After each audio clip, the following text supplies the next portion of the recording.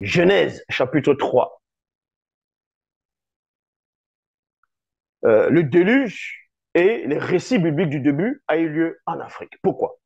Dans Genèse, chapitre 3, verset 7, il est dit, les yeux de l'un et de l'autre s'ouvrirent et ils connurent qu'ils étaient nus. Et ayant conçu des feuilles de figuier, ils s'en firent des ceintures. Ici, il est question de Adam et Ève, selon les Bibles classiques, que quand ils ont péché, d'autres diront que Ève a couché avec le serpent. Ça, c'est les branhamistes qui n'ont pas de cerveau éclairé pour venir raconter ce genre de balivernes. Donc, selon les Bibles classiques, quand Adam et Ève, ils ont consommé le fruit défendu, qui n'était pas le sexe, contrairement à ce que les gens viennent raconter, les yeux se sont ouverts. Ils ont connu qu'ils étaient nus. Et qu'est-ce qu'ils ont fait? Ils ont cousu plutôt des feuilles, et ayant cousu des feuilles de figuier, et ils s'en firent des ceintures. Le figuier, c'est quoi? Les tout premiers figuiers, on les retrouve où? Parce qu'ici, il est question du premier homme biblique et de la première femme, dans la première histoire, et des premiers arbres qu'on retrouve dans l'histoire de la création, et dans un lieu précis. Les premiers figuiers, ça vient d'où? Le figuier est une espèce de plante à fleurs de la famille des moracées. Point. Et cet arbre, c'est un arbre trouvé en Afrique. Vous pouvez vérifier. On vous dit que le figuier, au départ, c'est un arbre qui est trouvé en Afrique. C'est pour ça que Adam et Ève, ils ont pris des feuilles de figuier, un arbre qui se trouvait originellement d'Afrique. D'abord. Vous voyez? On ne rit pas avec moi. Et plus tard, on vous dit, cultivé en Égypte depuis le 3e millénaire avant J7. Le figuier est originaire d'Afrique. C'est tout.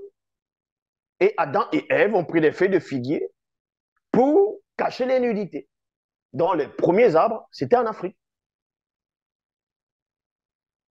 Et c'était un noir qui le faisait. Puisque et scientifiquement, on vous dit le premier homme, c'était des noirs. C'était un noir. Genèse, chapitre 8, au verset 4, on vous dit, le 7e mois du 17e jour du mois, l'arche s'arrêta sur les montagnes d'Ararat. Un gros mensonge biblique, l'un des plus gros mensonges de la Bible se trouve dans Genèse chapitre 8, verset 4.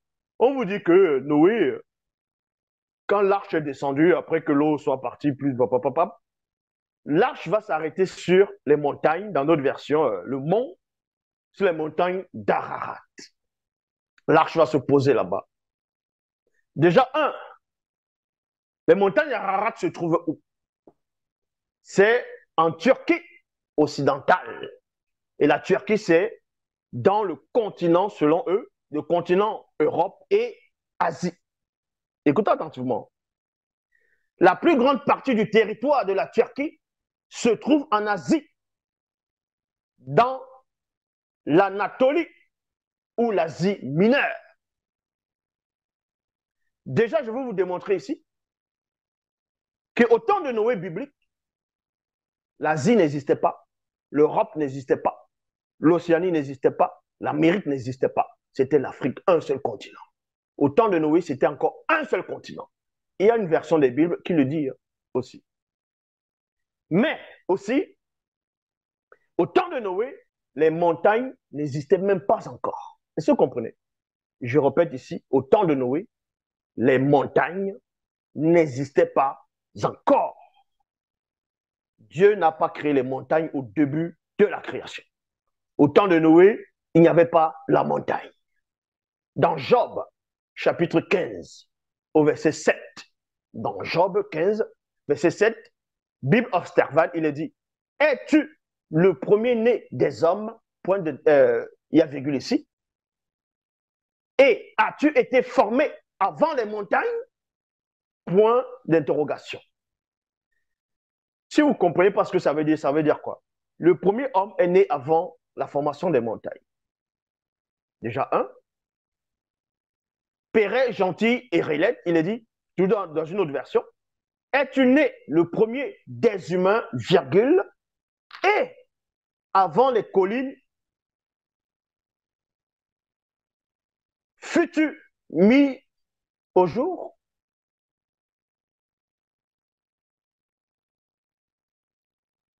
Fus-tu mis au jour? La Turquie n'existait pas à cette époque, donc les montagnes d'Ararat ne pouvaient même pas exister, vu que au temps de Noé, les montagnes n'existaient pas. Et on va vous montrer en quel moment les montagnes vont apparaître dans le récit de la Genèse. Et comment une montagne apparaît. Scientifiquement, on vous a démontré c'est quoi les montagnes. Il faut que des plaques tectoniques boum, se croisent. Et boum, boum, boum, boum, boum. Il faut le magma, parce que la lave dans le sol, ça doit sortir au fur et à mesure en fonction de la densité. Et c'est ça qui cause des montagnes après. Dans Genèse chapitre 11, verset 8, Bible de Paul, il est dit ici, et Jéhovah fracassa en fragments toute la façade du continent. Virgule. Toute la face du continent et non des continents. Du continent, ça veut dire un seul continent. C'est-à-dire que les autres qu'on va appeler continents n'existaient pas encore. C'est dans Genèse 11, à partir du verset 8, quand Yahvé, Jéhovah, Elohim, a fracassé en fragments, c'est-à-dire en morceaux. C'est là où, bien plus tard, c'est ce qu'on appelle la dérive des fragments du continent qui commence. Où les autres vont apparaître plus tard, que d'autres vont dire l'Asie, l'Amérique, l'Europe, ainsi de l'Océanie, et d'autres aussi. Et Jéhovah fracassa en fragments toute la façade du continent, virgule, et ils cessaient d'étendre leur empire. C'est à partir de ce moment que les plaques tectoniques de la Terre vont entrer en collision, vont se battre. Et c'est là où plus tard, il y aura la naissance des montagnes. Est-ce que vous comprenez? Mais avant ça, il n'y avait pas de montagne. Parce qu'il n'y a pas eu de tremblement de terre. Il n'y a pas eu cette collision des plaques tectoniques. Dans le récit de Noé qui dit que l'arche est arrêtée sur les montagnes d'Ararat, ça c'est faux. Vu qu'au temps de Noé, c'était un seul continent. Et scientifiquement, il le démontre aussi. Le tout premier continent, c'est l'Afrique. Et il y a eu ce qu'on appelle la dérive des fragments. On parle de ça ici dans Genèse 11, verset 8, Bible de Paul. Bible parle de ça, mais plus en profondeur, qu'à la Tambale. Et on vous raconte tout, l'origine, du pourquoi ils ont changé les lieux de naissance, les noms, les appellations, les couleurs du peuple noir. Quel est le complot qui est derrière? Bible, dans les éditions Zlula 100.com. C'est le livre, la Bible authentique, qui te révèle la vraie nature du Christ. Son vrai nom, les vrais noms des apôtres, les vrais noms de tous les prophètes qui étaient envoyés, les vrais noms de ce qu'eux vont appeler des anges. Bref, la vraie histoire qui s'est déroulée depuis le début. Où est-ce que le monde, la création a commencé? La terre ou Adam, selon eux, ils appellent Adam et Ève. Ou est-ce que, dans quelle partie du monde, le pays actuel, où ça a commencé, c'était où? Mais au départ, ce n'était pas un pays. Mais le sol où ça a commencé, tout est en profondeur. Voici. Dans l'Oba, l'unique créateur, voici. Vous pouvez maintenant, certains qui ne sont pas contents, dire que oui, ça n'a aucune importance, la couleur n'a aucune importance, que ce qui soit noir ou pas, ça n'a aucune importance. Ça n'a aucune importance parce que toi, tu n'as pas d'importance. Tu n'es pas important. C'est pour ça que tu considères que ce n'est pas important. Parce que tu es un mensonge. Donc, tous ces gens qui viennent prêcher, mais Dieu m'a dit, le Saint-Esprit m'a mis à cœur Vous êtes tous des escrocs, des menteurs. Est-ce que vous comprenez? Vous êtes tous des escrocs et des menteurs. Car la véritable histoire du peuple, c'est le peuple noir. Ils ont pris de son histoire. Ils ont trafiqué. Et ils continuent jusqu'à présent. L'Oba, c'est encore glorifié.